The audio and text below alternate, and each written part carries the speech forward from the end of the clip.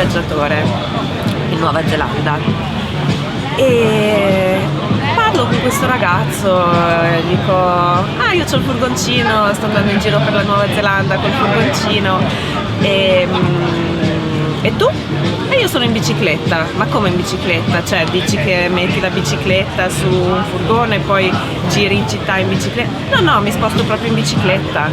E per me è stato, ma no, ma sei completamente matto, ma dove vai? Ma un paese intero, faccio fatica io a guidare 100 km seduta sul furgone, figurati, no, non potrei mai fare una cosa del genere. E invece poi lui me ne ha parlato con tale entusiasmo che io ho continuato a pensare che fosse matto, ma fino a quando non ho comprato una bicicletta e non questa, questo succedeva 3 anni prima di questo viaggio e l'idea era quella di andare da Singapore fino a Bangkok, quindi un viaggetto breve attraverso la Malesia, ma non ho trovato la bicicletta che stavo cercando e poi alla fine sono partita dal Laos e ho fatto Laos, Cambogia e un pezzettino di Thailandia.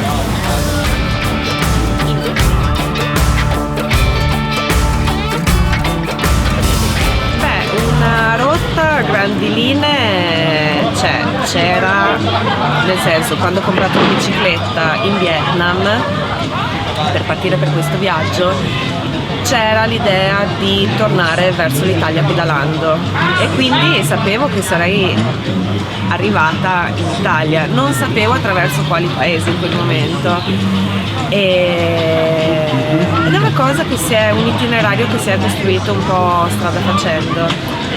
Diciamo che da certi paesi le scelte sono anche un po' obbligate perché avevo l'idea di andare in India e l'India avrebbe dovuto essere l'highlight di questo viaggio.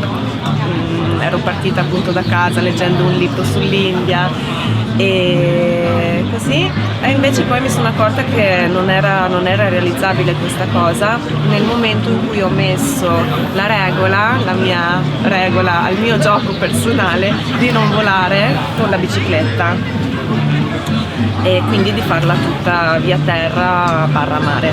Praticamente ho seguito il clima tentando di essere sempre in un clima pedalabile.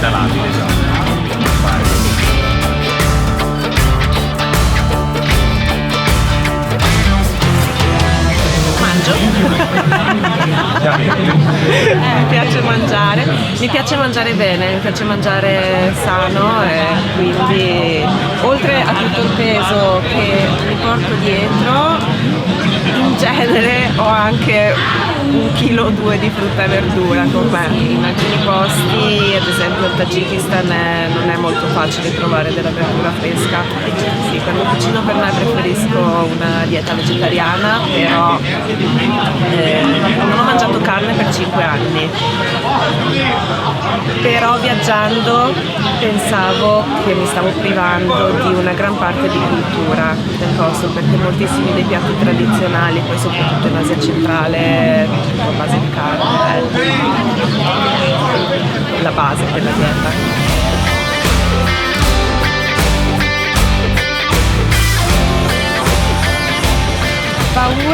Paure ce ne sono tante, ma ci si impara a conviverci,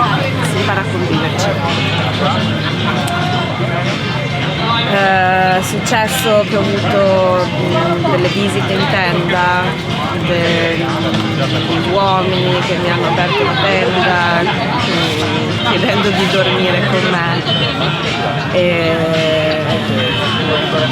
in un posto che consideravo assolutamente sicuro. Comunque in un'occasione è successo in un camping che aveva anche il custode, quindi era proprio un camping segnato su Maps.me e con il blocco toilet, col custode appunto, e lì veramente ero a campeggiare a cuor leggero, nel senso non c'era nessuna paura, però questo è successo.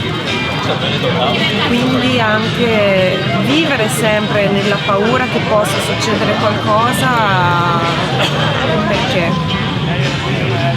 Perché se succede qualcosa deve succedere.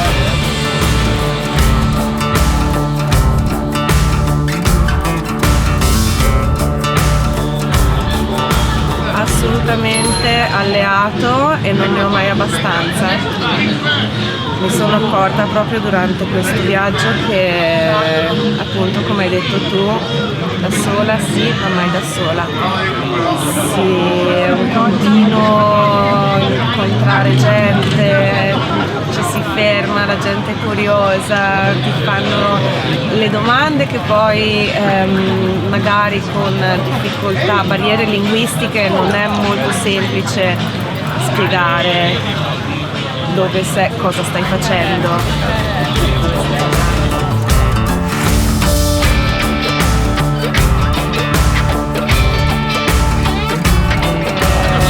Spero di essere di ispirazione, soprattutto magari per altre donne. E ho avuto qualche bella soddisfazione perché qualcuno è partita veramente, e quindi dandomi consigli che mi ci compro e così, e quindi è una gran bella soddisfazione. Ci terrei veramente che più donne si sentissero libere di viaggiare anche da sole.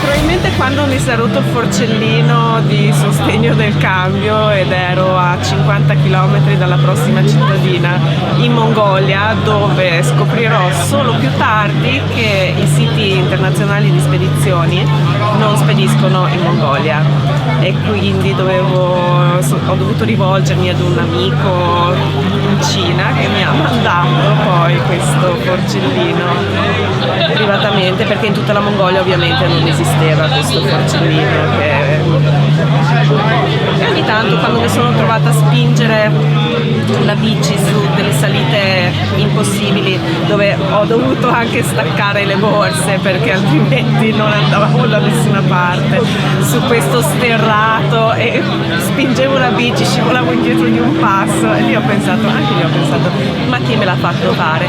Però poi la sera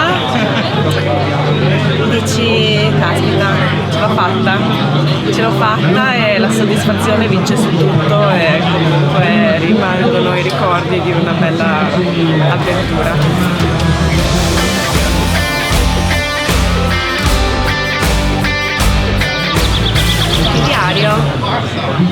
Il mio diario, che sono i miei appunti di viaggio in previsione di scrivere un libro.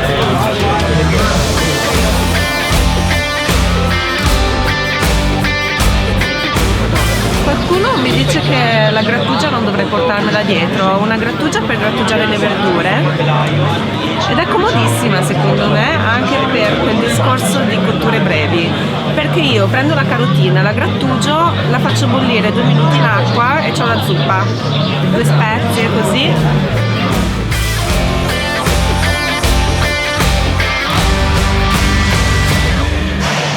Di non pensarci troppo, di partire.